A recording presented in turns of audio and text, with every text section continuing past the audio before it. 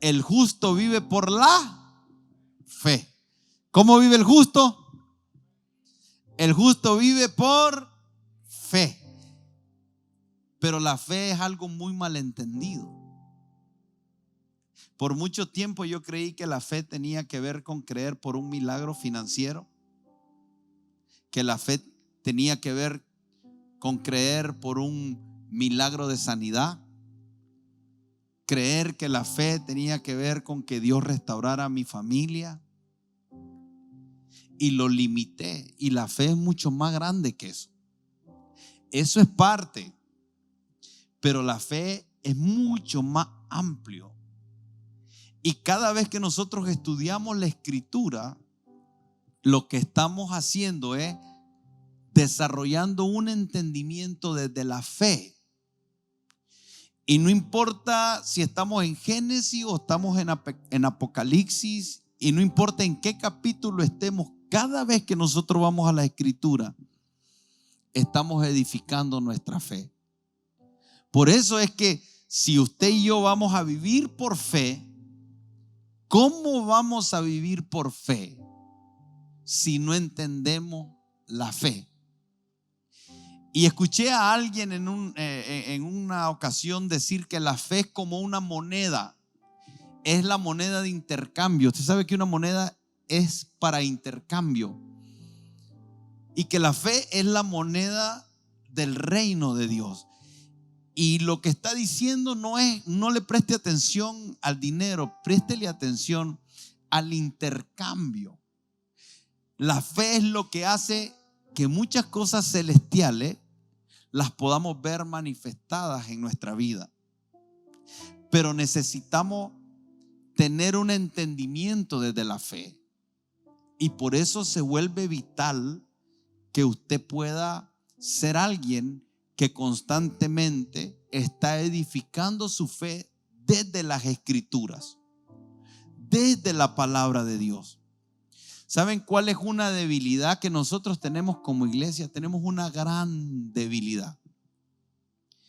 Y nosotros los pastores tenemos que asumir la responsabilidad de esa gran debilidad dentro de la iglesia. Porque muchas veces nosotros podemos hablar mucho,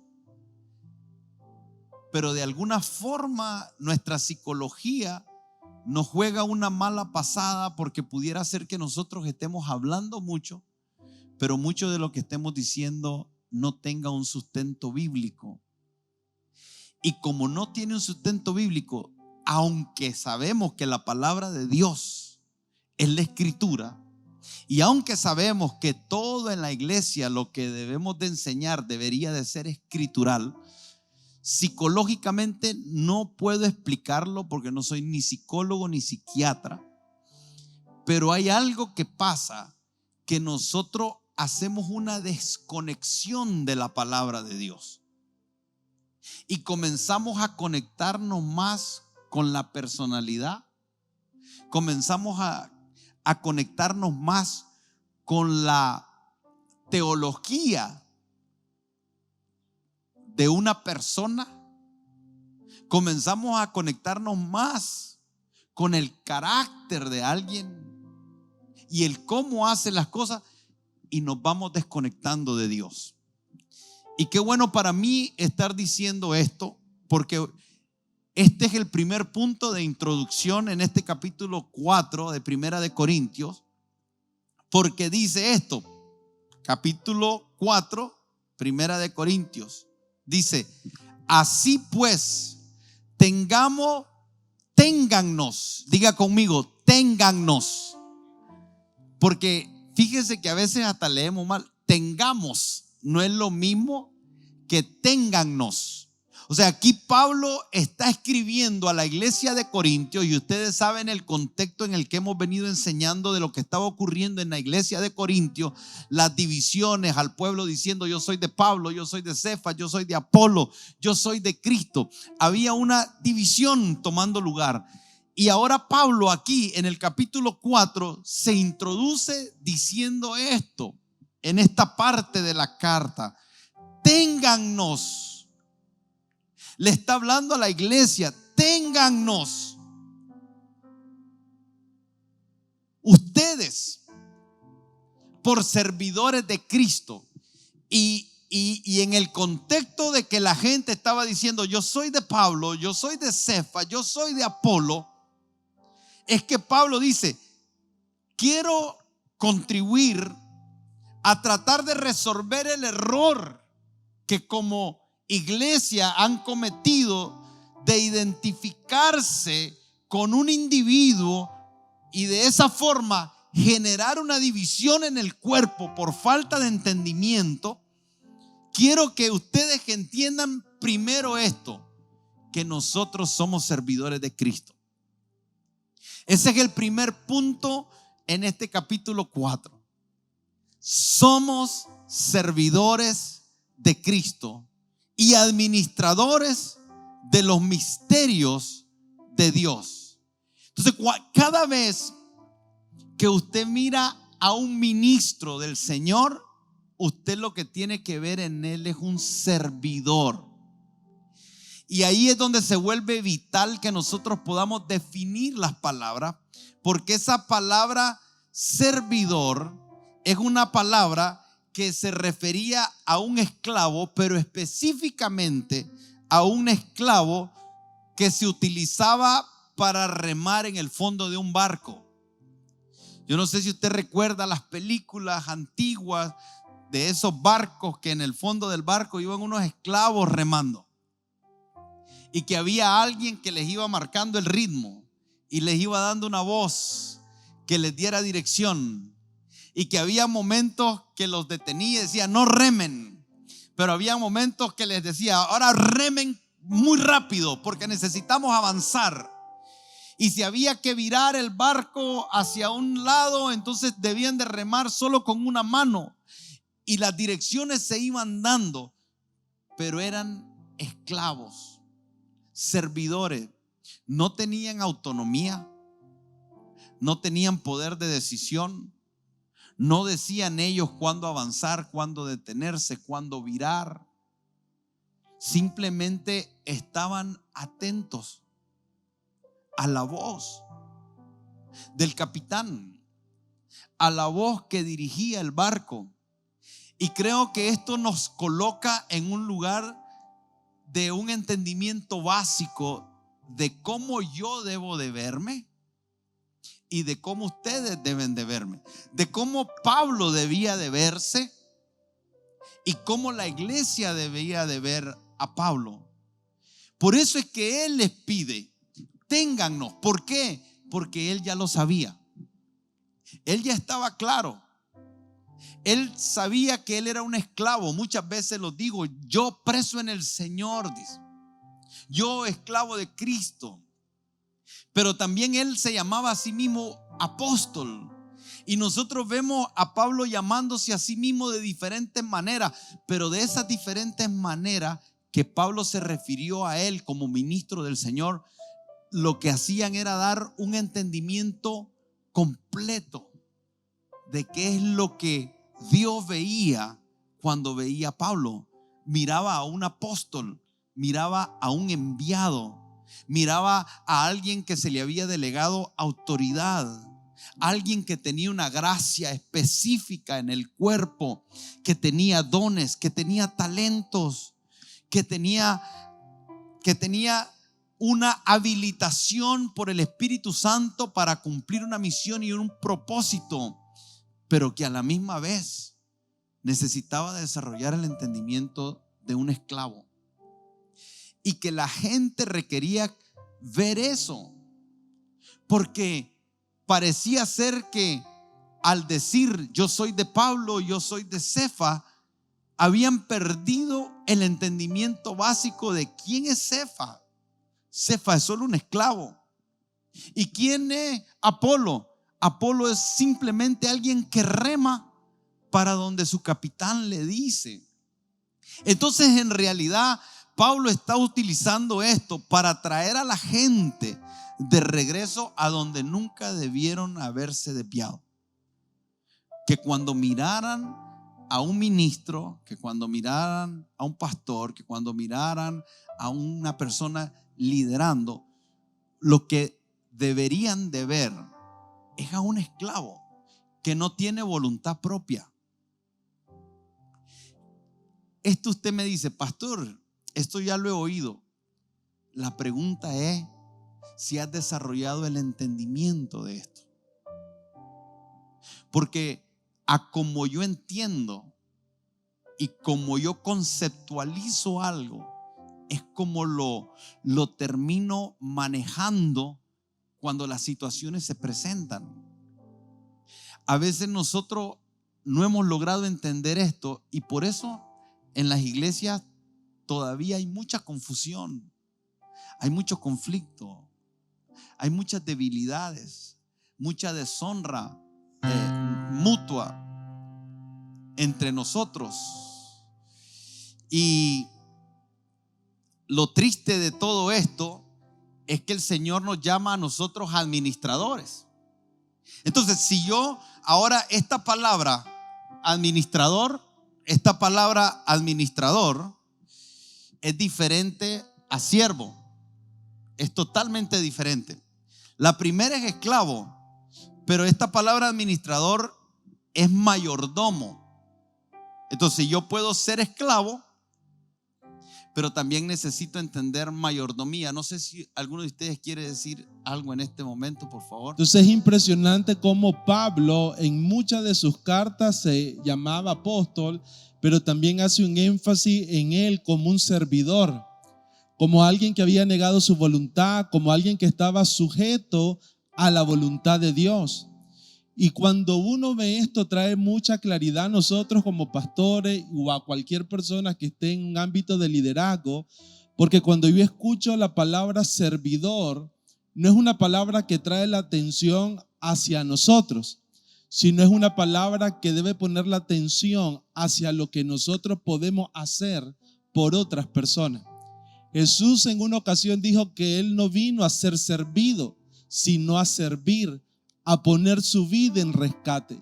Entonces miramos a Pablo estableciendo un concepto importante de ser un servidor, no un título, no una posición, sino una función.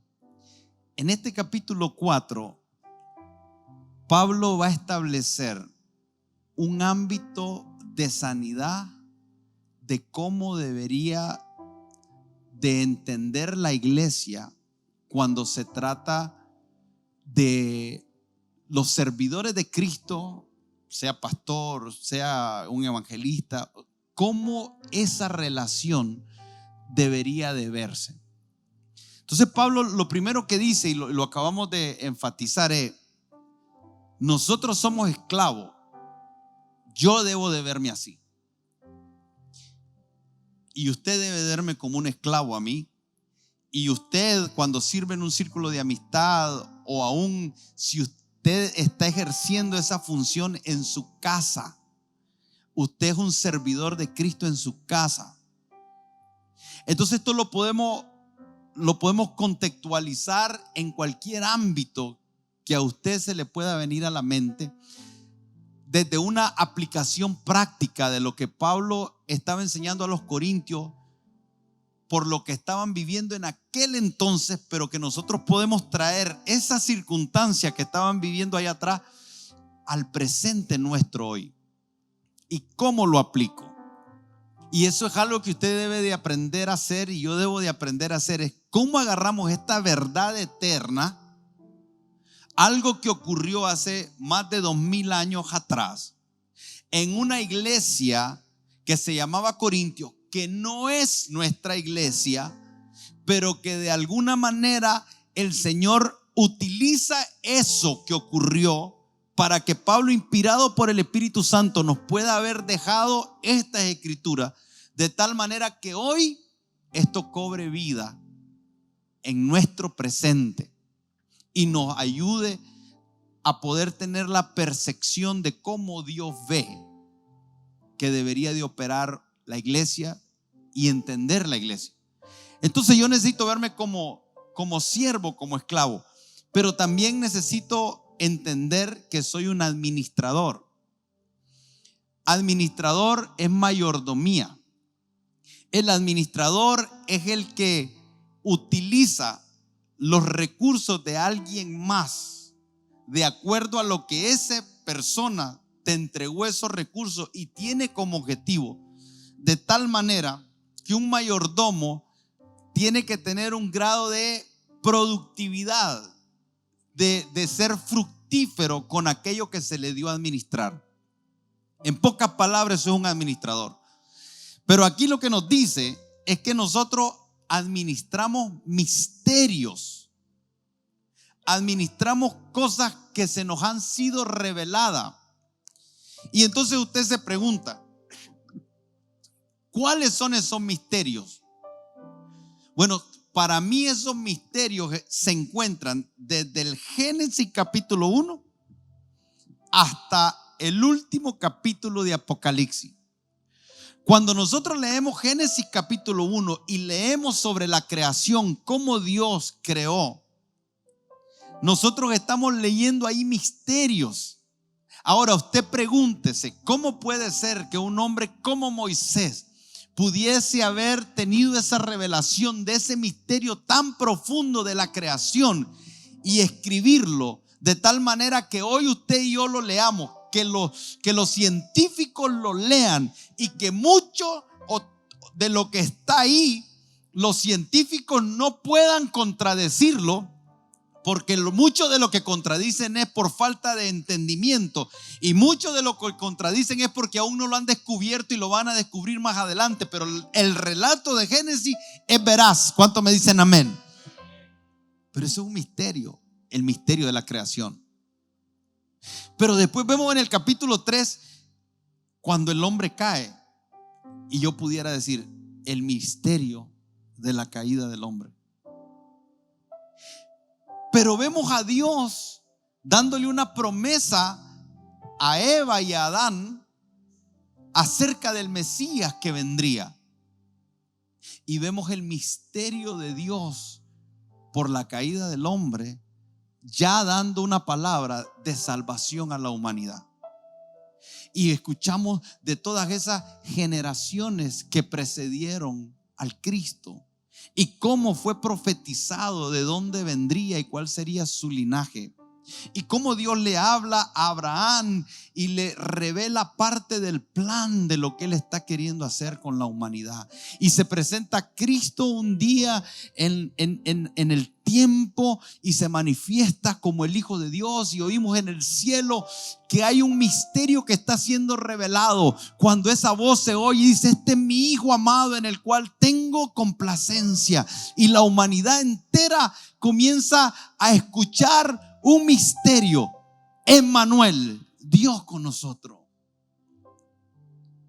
Y Cristo muere en una cruz y se nos revela el misterio de un Dios que se hace carne y que por medio de la locura del evangelio Él está salvando a la humanidad. Y se nos revela en 1 Tesalonicenses capítulo 4 el misterio cuando Él dice: no todos dormiremos, no todos moriremos, pero va a haber un día que el Señor vendrá y los que murieron en Él resucitarán primero, y nosotros que estemos vivos seremos transformados en un instante, en un momento, en un abrir y cerrar de ojos. Seremos transformados al final de la trompeta, porque se tocará la trompeta y los muertos serán resucitados incorruptibles y nosotros seremos transformados. Y se nos revela el misterio cuando el Señor nos está revelando un arrebatamiento que va a tomar con su iglesia. Y Juan, allá en el capítulo 1, dice: estando yo en el Espíritu. ¿Qué estoy tratando de decirles, hermano? Que hay un misterio que se nos ha sido entregado para administrar a usted y a mí. Y que Pablo dice: yo soy un esclavo que no tiene voluntad propia, que sigue órdenes, pero a la misma vez soy administrador de un misterio. Es el misterio del evangelio, es el misterio del plan de Dios con la humanidad, y es un misterio. Y cada vez que nosotros abrimos las escrituras, misterios nos son revelados, pero que tienen que ser administrados. Y dice, pero ¿qué se requiere de esos siervos y de esos administradores? No se requiere que sean exitosos. No se requiere que den un testimonio de que su familia fue restaurada y eso es bueno.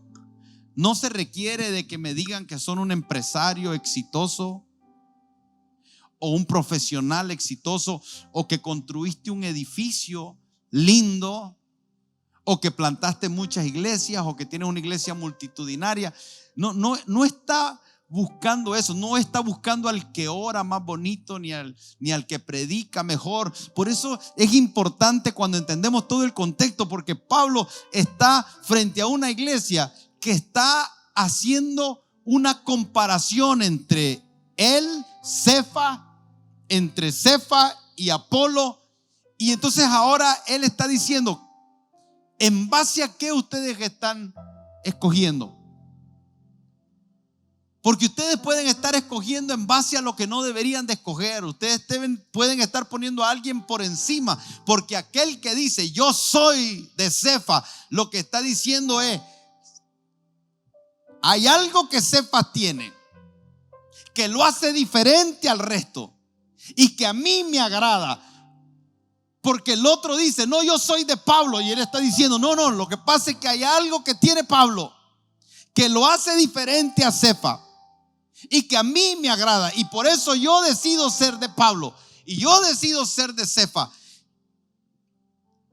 Pero el Señor aquí nos está diciendo que en realidad todos somos siervos y todos somos administradores, siervos de Cristo y administradores de los misterios de Cristo. Entonces, ¿por qué tendríamos que hacer nosotros esa división de poner a uno en un lugar y poner a otro en otro lugar y hacer esa escogencia? No cabe, no tiene ningún sentido, porque en realidad, si nosotros vamos a ver a un ministro, lo que deberíamos de buscar es cuánta fidelidad él tiene en la administración de los misterios de Dios. Y eso tiene que ver más que con si habla bonito o tiene carisma, tiene que ver con el nivel de exactitud que él tiene en el evangelio. Mire, si yo le pregunto a usted cuál es su predicador preferido, usted debería de responderme, pero no porque usted tiene una preferencia personal. Usted me puede responder, a mí me gusta aquel, pero debería de ser por la fidelidad en la administración del evangelio. En otras palabras, yo tengo personas que a mí me gusta escuchar, pero ¿saben por qué me gusta escucharlo? Porque me gusta el nivel de exactitud y de fidelidad que tienen en el evangelio. Entonces, en realidad, yo no tengo una preferencia de predicador. Yo lo que estoy buscando es la fidelidad en la administración de los misterios que nos son revelados. Debemos de buscar ustedes esa fidelidad. Y Pablo, cuando dicen téngannos por servidores, téngannos por administradores, téngannos porque nosotros administramos los misterios de Dios. Cuando él dice téngannos, observen eso, entiendan eso y véannos desde esa perspectiva. Eso es saludable para una iglesia. ¿Saben por qué es saludable? Porque la presión sobre los ministros se baja.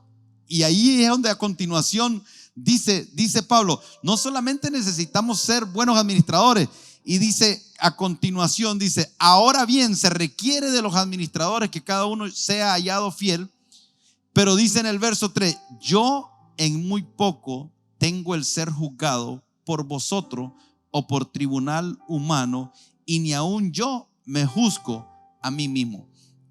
Y esto es impresionante porque una vez más había un conflicto de algunos que estaban rechazando a Pablo, y Pablo dice, bueno, vamos a entender algo en el versículo 3.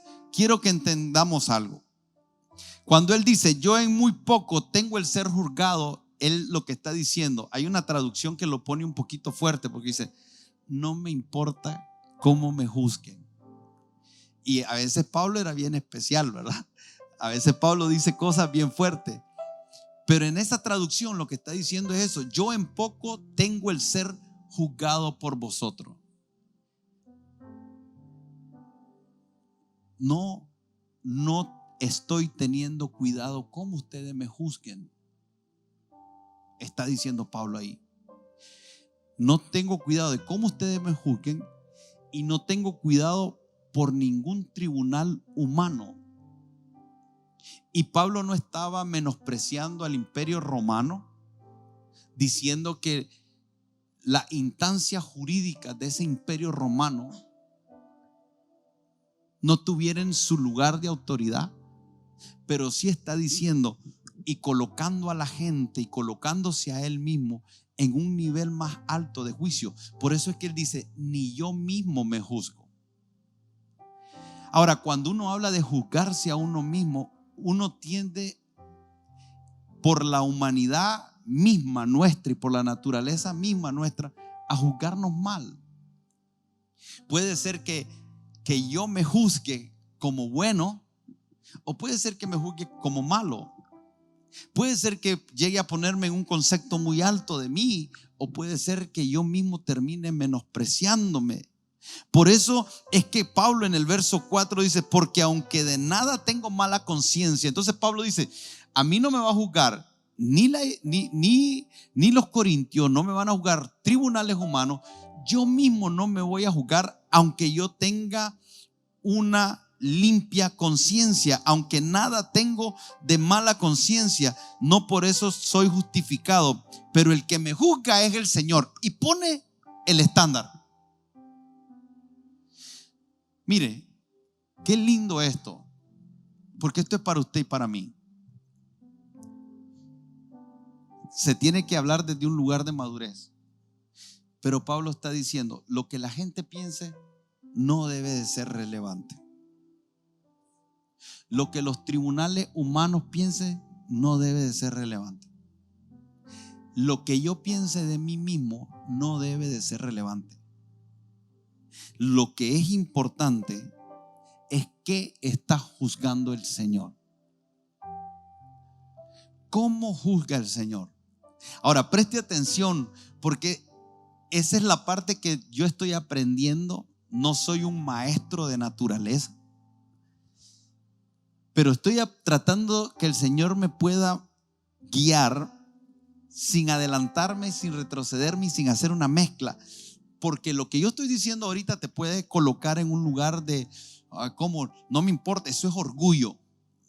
Sí, hay personas que dicen, no me importa lo que diga la gente, desde orgullo y desde soberbia. Sí, es cierto. Hay otros que dicen, no me importan los tribunales humanos y también lo hacen desde rebeldía. Rebeldía. Por un lado, orgullo. No me importa lo que dice la gente. Por otro lado, rebeldía. No me interesan los tribunales humanos y terrenales. Por otro lado, entonces ahora pudiera tener orgullo, rebeldía, falsa humildad, falsa identidad cuando se trata de establecer un juicio desde tu persona. Porque si yo tengo un concepto bajo de mí mismo, yo voy a pensar menos de mí. Pero si yo tengo un concepto alto y soy orgulloso, yo voy a tener tendencias a ponerme aquí. Si yo me creo la víctima, cada vez que yo voy a juzgar, yo voy a llegar a la conclusión que yo soy la víctima, que yo soy el bueno y que todo el mundo es malo.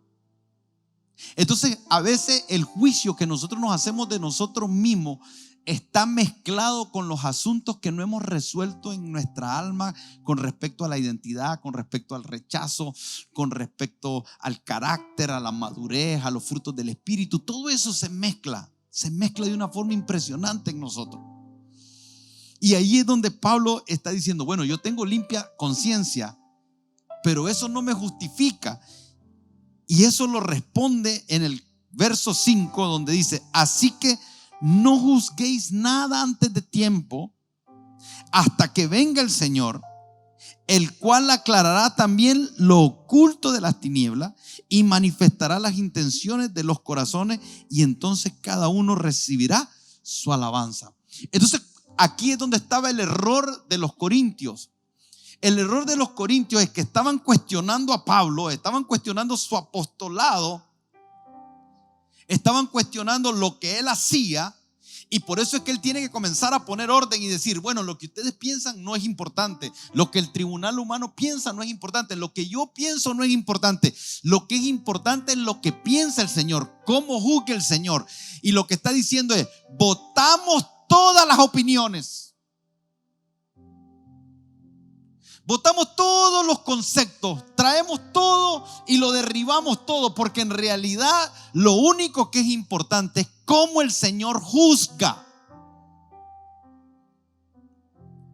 Y ustedes, les dice a los corintios, están cometiendo un error, están cometiendo un error grave. Y el error grave es que están juzgando cosas que no es el tiempo de juzgar. Mire, cuando nosotros hablamos de juzgar, es llegar a una conclusión de que si algo es bueno o malo. Y hay cosas que son malas y son evidentes y las podemos juzgar.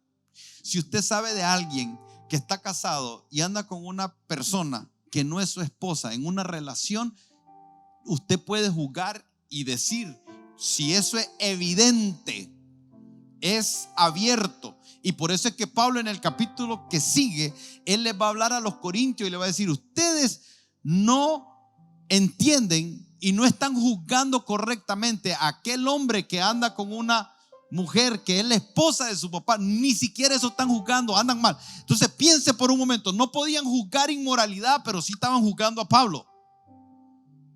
Ese era el estado de la iglesia. Entonces juzgamos personas, pero no juzgamos el pecado. Y a veces juzgamos a personas y no entendemos, primero, que es siervo de Dios. Y que hay algunos juicios que a mí no me toca, que le toca al Señor. Que yo puedo ser pastor de esta iglesia, pero hay algunas cosas que yo tengo que entender, que usted es un siervo del Señor. Y que hay cosas que son únicamente exclusivas entre Dios y usted. Al igual que hay cosas que son únicamente exclusivas entre Dios y yo. Pero cuando se trata de un pecado abierto, cuando se trata de ir en contra de algo que el Señor abiertamente en las Escrituras lo llama malo, ya fue juzgado. No yo lo juzgo, la palabra lo juzga. Porque es la palabra la que está llamando pecado a algo. Entonces ya no es mi juicio, es el fruto manifestado de una acción que la Biblia llama incorrecta, que me lleva a mí, por el conocimiento del misterio revelado de su palabra a mi vida, a llegar a la conclusión de que eso está mal. Entonces, pero nos dice, no juguéis nada antes de tiempo. Mire, hay cosas que usted y yo vamos a tener que tener cuidado, porque hay cosas que nosotros hoy vemos, pudiéramos llegar a las conclusiones equivocadas porque no entendemos, porque hay conocimiento que nos hace falta, y que la Escritura nos dice que esas cosas, hay cosas que no van a ser juzgadas hasta que Cristo venga. Y nos pone en un lugar en el futuro, estando hoy en el presente. Y usted y yo tenemos que aprender a tener cuidado con eso. Lo que usted no conoce con las evidencias completas, si usted no tiene las pruebas completas de algo, usted y yo tenemos que tener cuidado de no juzgar cosas antes de tiempo, porque podemos nosotros terminar pecando, porque son cosas que le tocará al Señor juzgar. Y ahí es donde Pablo deja abierto cuando él dice: yo no tengo una conciencia mala, pero no quiere decir que por eso sea justificado. ¿Por qué? Porque cuando el Señor venga, Él va a juzgar las intenciones del corazón. Hablar de las intenciones del corazón es un tema muy profundo. Porque Pablo dice: deseando hacer lo bueno, termino haciendo lo malo. Pero ¿quién puede saber qué es lo que verdaderamente él deseaba? ¿Quién puede penetrar en el corazón suyo y en el corazón mío y decir con exactitud: esta era la intención de él? No existe ni intelecto ni capacidad humana para penetrar con asertividad a las intenciones del corazón y hacer una afirmación. Y el Señor va a juzgar, cuando Él venga, intenciones del corazón. Va a juzgar lo oculto de las tinieblas. Y dice: y entonces cada uno recibirá alabanza de Dios. ¿Sabe una de las cosas que uno debe tener claro en esto? Que a veces uno va a ver a alguien y va a decir: él es un extraordinario cristiano. Y de repente va a ver a otro y va a decir: él no es tan extraordinario. Y yo creo que esas son las cosas con las que nosotros tenemos que tener cuidado. Porque ni usted ni yo conocemos las intenciones del corazón, ni usted y yo conocemos los tratos que Dios tiene, no sabemos lo que está viviendo. Nosotros tenemos la capacidad de ver limitadamente. Pero eso que cualquiera esté viviendo, un día que estaremos delante de Dios, el Señor va a manifestar lo oculto del corazón. ¿Y sabe qué? Creo que muchos de nosotros nos vamos a llevar una sorpresa, por no decir todo. Nos vamos a ver una sorpresa cuando nos demos cuenta cuál era la verdadera motivación de lo que hacíamos. Nos vamos a dar cuenta de que mucho de lo que hacíamos era por vanagloria, que mucho de lo que hacíamos era para una realización personal,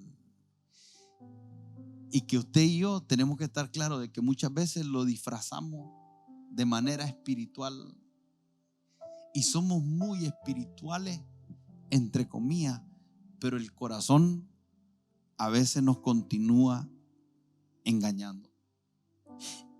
Y en el verso 6 dice algo: pero esto, hermano, lo he presentado como ejemplo en mí y en Apolo, por amor de vosotros, para que en nosotros aprendáis a no pensar más de lo que está escrito. Diga conmigo: no pensar más de lo que está escrito. En un versículo como este, cuando nosotros lo leemos, es el que, si lo oye un ateo, se mofaría de nosotros. Porque pareciera ser, si usted lo interpreta mal, que lo que está diciendo es: no pensés, no preguntes, no cuestiones, no busques respuesta a aquellas cosas que inquietan tu corazón. Y no está diciendo eso.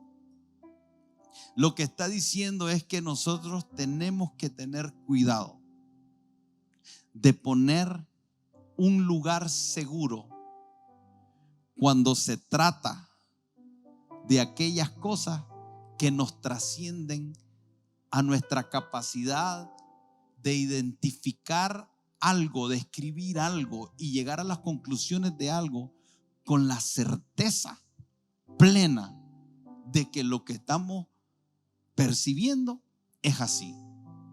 Y entonces ahí es donde salen, y hay diferentes posturas cuando se trata de esto. Algunos dicen que Pablo lo que estaba diciendo es, cuando dice no pensar más allá de lo que está escrito, algunos comentaristas dicen que lo que estaba diciendo era que en ese entonces los filósofos eran quienes ponían las reglas.